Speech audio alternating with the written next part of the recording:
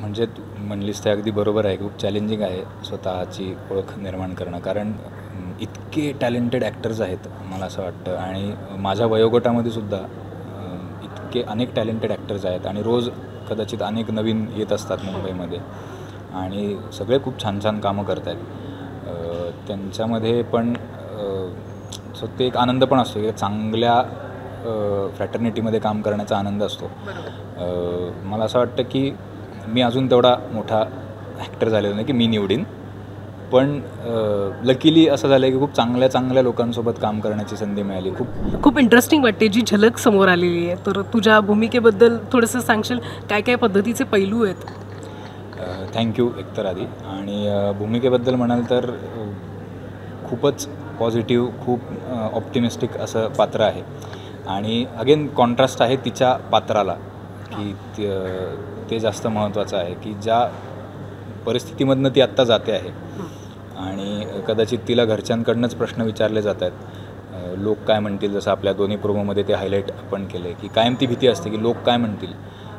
ती घटस्फोटित आहे, घटस्फोटहून परत घटस्फोट घेऊन घरी आली आहे. तर तिला जी खात्री वाटली होती कदाचित की हे माझं घर आहे, हे सेफ स्पेस आहे माझ्यासाठी आणि त्याच घरातनं हे प्रश्न येणं हे तिच्यासाठी कदाचित धक्कादायक आहे. आणि अशावेळी माझं जे पात्र आहे सार्थक, ते दुसऱ्या प्रोमोमध्ये जे आहे की फोडला नाही फुटला असेल, तर ह्या परसेप्शनचा पण मुद्दा आहे ना की तिची पण बाजू, तिची चूक नसेल, तिची पण बाजू समजून घेतली जाते, तिला पण आदर दिला जातो आहे, हे जेव्हा तिला जाणवतं तर तिच्यासाठी ते खूप रिलॅक्सिंग आहे, खूप महत्त्वाचं आहे.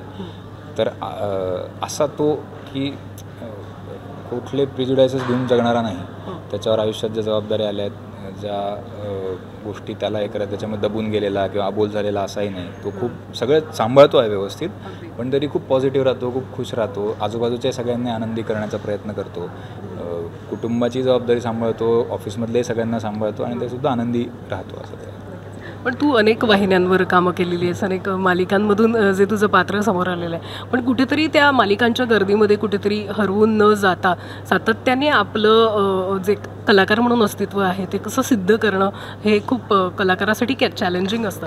तर त्यासाठी रोल निवडणं असेल किंवा कोणत्या वाहिनी किंवा मालिकेसोबत आपण काम करू याची निवड असेल, तर ते कशा पद्धतीनं तू करत असतो? कारण आता एका नंबर 1 वाहिनीवर ही मालिका करतोस.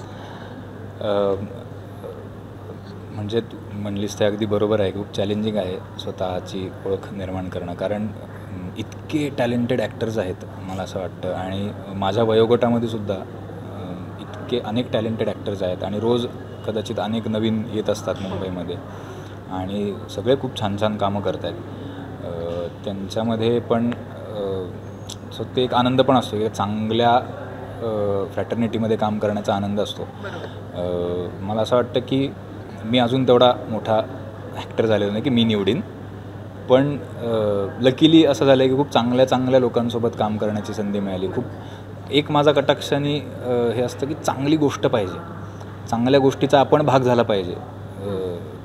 त्याच्यातनं खूप गोष्टी कव्हरअप होतात मग की चांगले लेखक, चांगले दिग्दर्शक असतील ना, चांगले निर्माते असतील तर आपोआप कॅरेक्टर चांगलं डेव्हलप होतं. आजूबाजूचे को ॲक्टर्स चांगले असतील तर सीन्स चांगले होतात. त्यामुळे ती गोष्ट फक्त मी हे करण्याचा प्रयत्न करतो की चांगल्या गोष्टीचा भाग आपण झालं पाहिजे आणि आपलं काम प्रामाणिकपणे करण्याचा प्रयत्न करायचा. आणि या मालिकेमध्ये पुन्हा एकदा एक महत्त्वपूर्ण भूमिका तुला मिळाली आहे, सो त्यासाठी खूप खूप शुभेच्छा. All the very best. Thank you so much.